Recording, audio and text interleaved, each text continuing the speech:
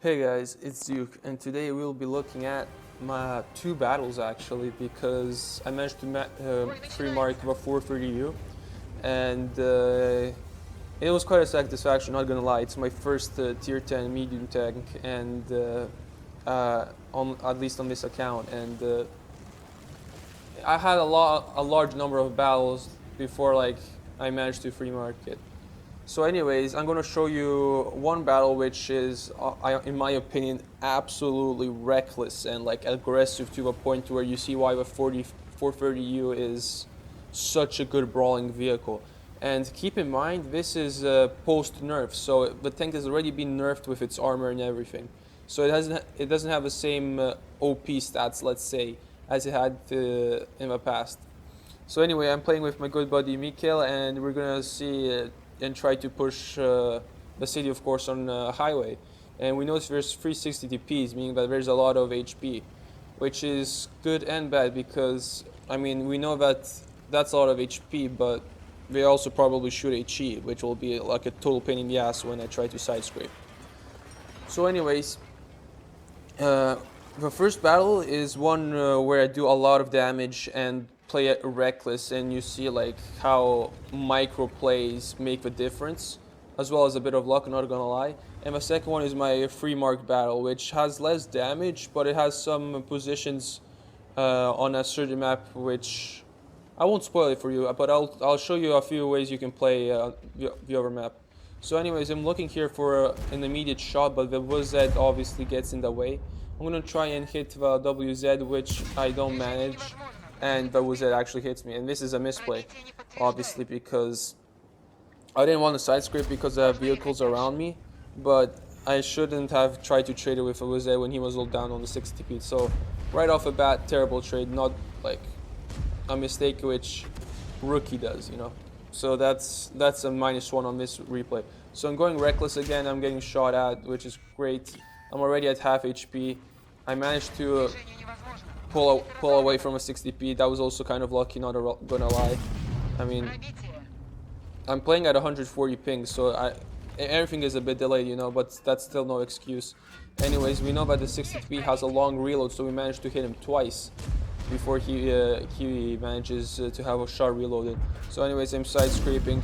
I'm putting a revenge shot on the WZ, tracking him. I guess he got kind of cocky as well, so that's good.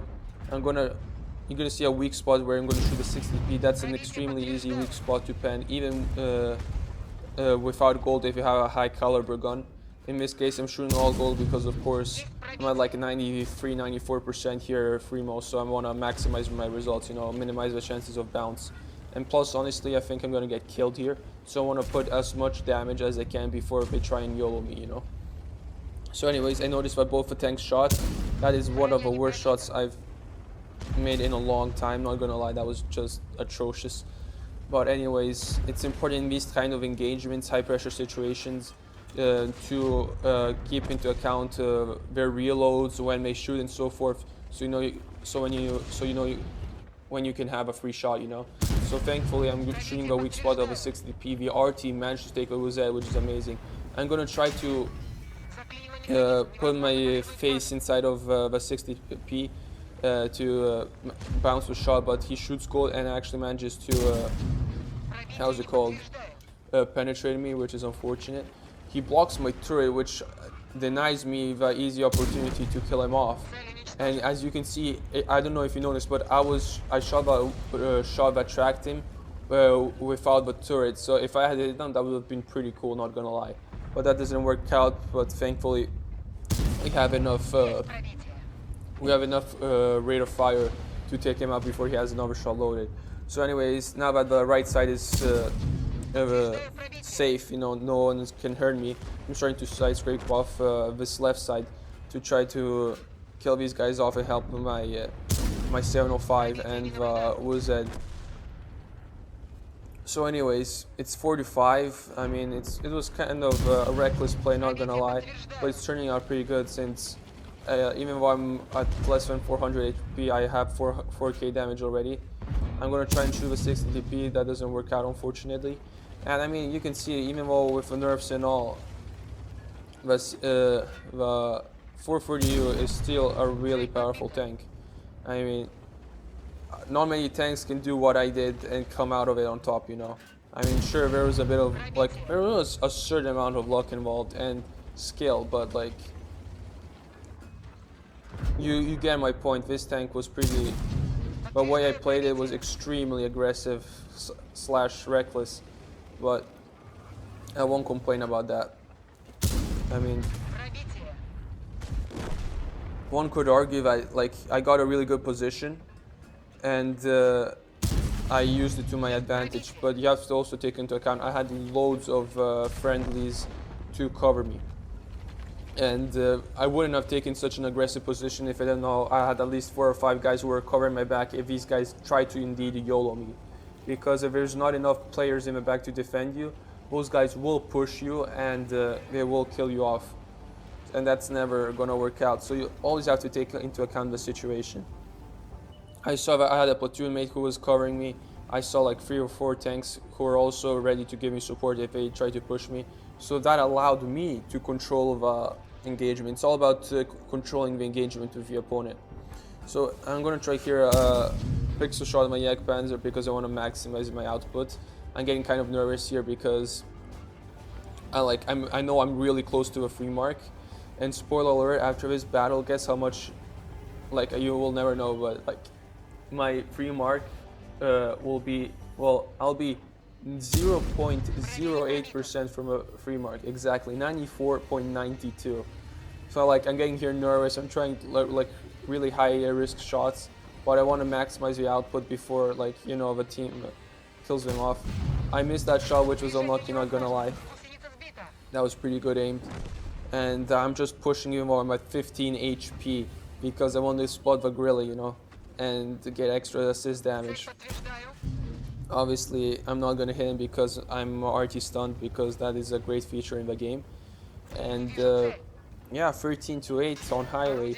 I luckily bounced the gorilla, and he hits, however, my gun, but I still managed to hit him, get some assist damage, which is awesome. And after this game, here it is. I have 7,000 damage, and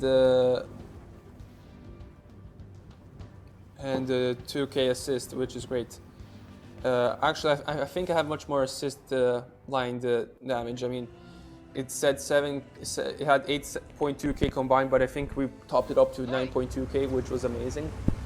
So here's my free mark battle right after the one I did 7k on, and it's on Minsk.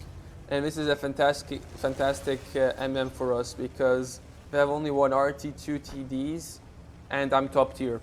And when the 430U is top tier, you can still play hold down like a god. Now I'm going to try in the snapshot the EBR, which obviously has a low percentage shot, but whatever you don't shoot, you will miss for 100%, you know what I mean? So anyways, I'm coming into this position. You probably are familiar with it. And I'm going to try to put the pressure on the opponents, you know. Try to get some shots off, see where the enemy is, if I'm getting shot at from F2, F3, and trying to see pretty much the whereabouts of the enemy. Now we spot, well, we don't spot, but we know where the ISM and the 703 is. So after a while, I kind of get like, let's just say impatient. I decide with my friend to just push the 705 because he's alone. And now I'll use my friend here as a good example of what you should and what you shouldn't do. What I did was found cover from the field, and I'm hiding behind this brick, whatever this is, walls in front of me, while I'm hungering right now, in order to avoid the 705 and any potential tanks in the field. While my platoon mate, he directly pushed the 430U, the 705, and he left himself vulnerable to everyone on the field. As you can see, the SU from the field kills him. So I'm sorry, I'm gonna use you as what to and not to do, Mikhail, my bad. But anyways, we got here and we haven't lost a single HP, which is amazing. We shoot the ISM, that was a poor shot, doesn't matter.